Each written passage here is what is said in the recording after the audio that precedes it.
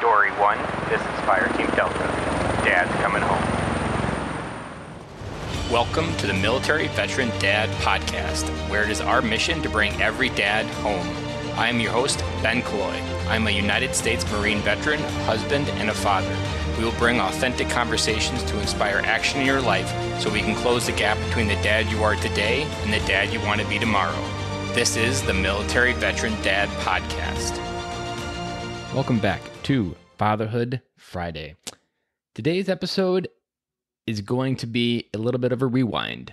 And if you're like me that grew up in the 90s, you're very familiar, most likely, with the Jim Carrey movie, Liar, Liar.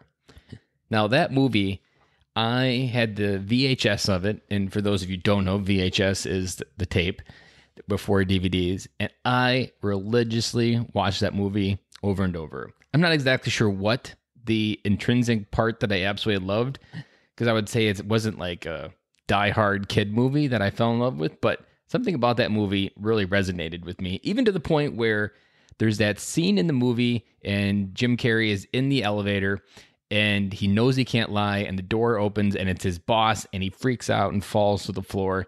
Still to this day, at the age of 35, when someone scares the bejesus out of me, I immediately almost fall to the floor. And I attribute that to that scene in Liar Liar, and that has been almost programmed in my subconscious of that is how you react when you get scared.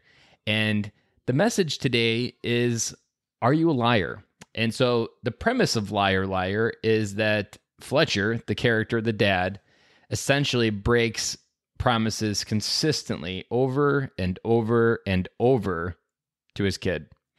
And to the point where the mom is like, I'm going to take my son to a place where you no longer can do this.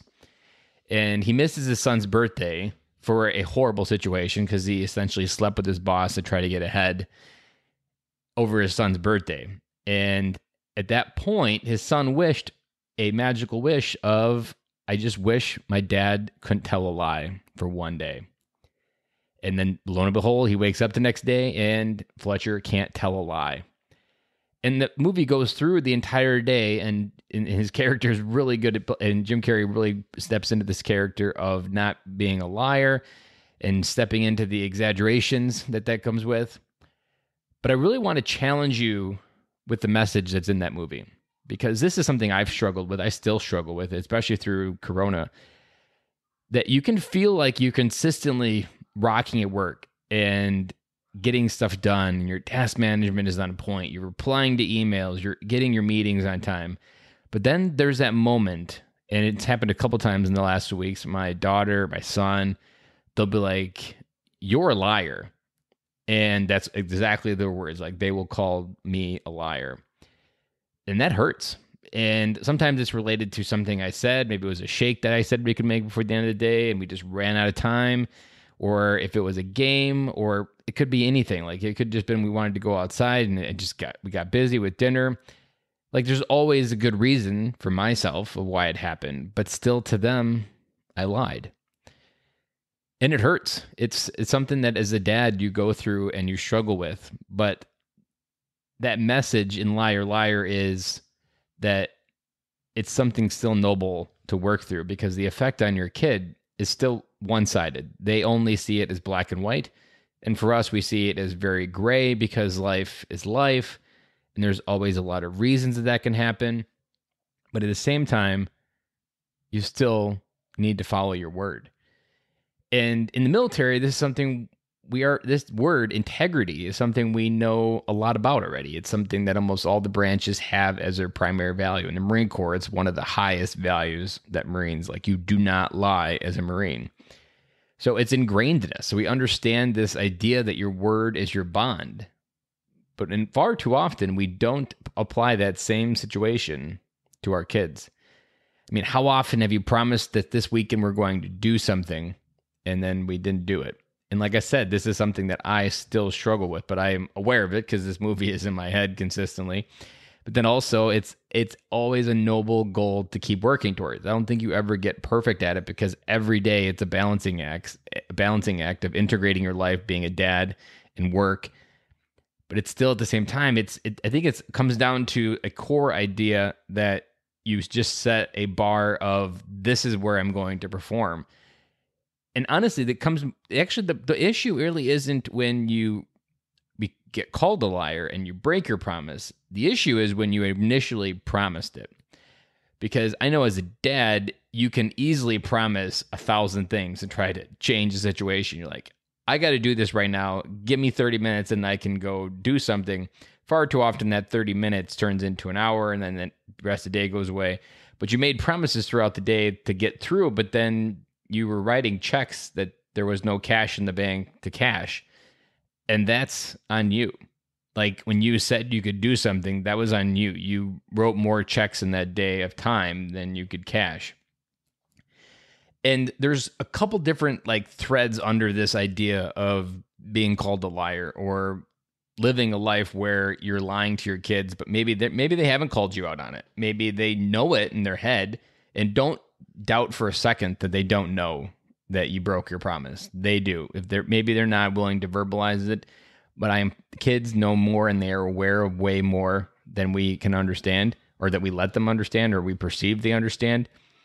And so this is having an effect on them psychologically. This could be a reason why their behavior is completely off the rails because of something you lied about earlier. And there's there's three things that I wanted to point under the thread of Liar Liar today. And the first one is trust. If you use the movie Liar Liar, the mom, his ex-wife, had no trust that the words coming out of his mouth meant anything. The value, the currency of those words was garbage. And as a dad, you really have to own and take extreme ownership, to quote Jocko Willink, of your words, because words are one of the very first seeds of integrity. And your integrity is kind of built upon your word in many cases in that first kind of step. But that builds trust. And that trust is so important in your marriage, in your kids' life, in your business life. It's important everywhere. You need to be able to have people count on you. They count on you because you do what you said you were going to do. But so far often we downgrade the priority of our family, and that our word can be more Gumby-like and flexible than rigid and truthful. But that trust is so important because kids, your spouse, they're going to test you with little things. Can you remember to do this and say yes, and then you don't do it? Because then it's going to build up. Momentum builds up with those little things. So if you can build momentum with those small little trust tests that they're giving you, those build up to build those higher connections. So when they have something heavy and they need to bring something to you, they're going to trust that you are going to say, let's talk about it in 30 minutes, and you can talk about it. But if you don't build that foundation of trust with all people in your family, that trust is not going to be there as a anchor point to get you through tough conversations.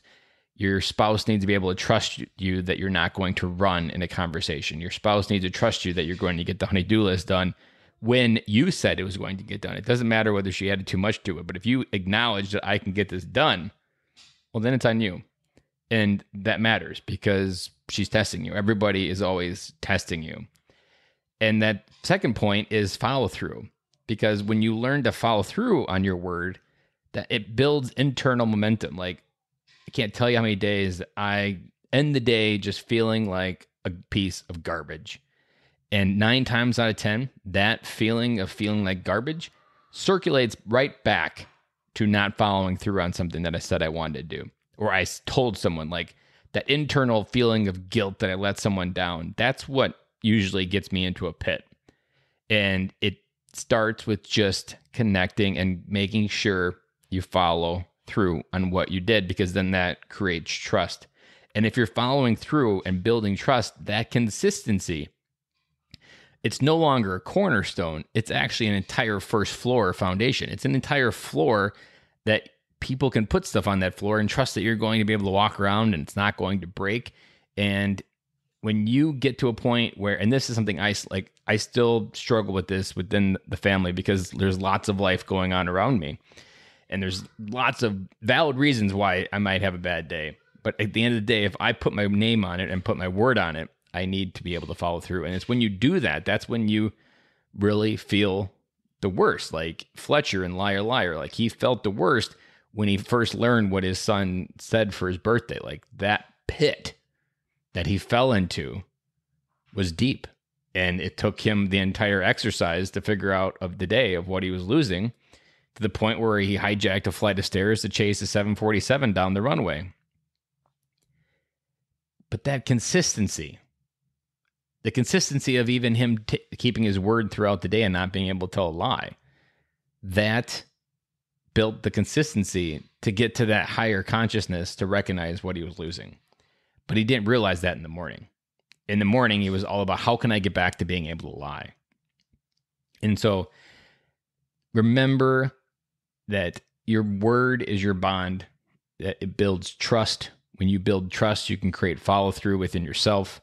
That feeling of following through is a very good feeling to build momentum on your bigger goals and your bigger wants in your life. But that consistency can create that first floor foundation that you need to do to build all the other areas of your life. But if you're not following through on your word, and someone can walk up to you and call you a liar because of what you said, and not because like you're not like, and don't confuse it with this like you're saying a fact and someone's saying you're lying about that fact. What I'm saying in the context of time management, if you said you were going to do something and you didn't, you're a liar. And that's the premise of Liar Liar. And that's the premise that my kids will bring that to me, where they'll say, Dad, you're a liar. Like they don't know any other word, and that's the word they understand to use to reflect that disappointment. That is something that we need to work on consistently and daily, because as a dad, to step home, to come home ourselves, that consistency, that feeling of validation that we are a great dad because we follow through on our commitments, that's something like core in our DNA. And to acknowledge it and to start living it really can help you feel more alive inside. And when you feel more alive, then you can start moving to the bigger ideas.